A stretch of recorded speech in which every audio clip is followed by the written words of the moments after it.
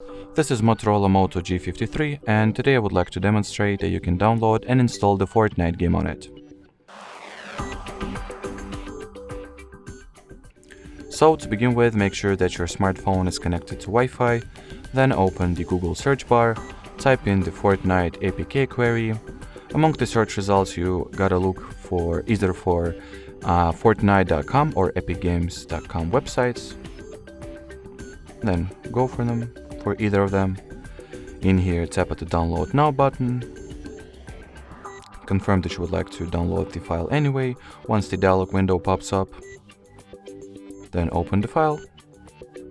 Grant any browser that you used the install unknown apps permission. Proceed with the Epic Games Launcher installation process. Then open it.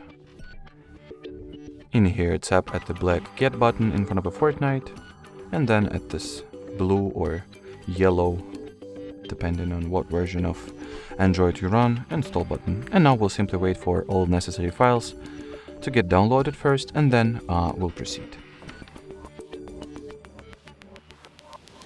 So in here we have to do the same we did for Epic Games Launcher, but this time for the Fortnite game itself.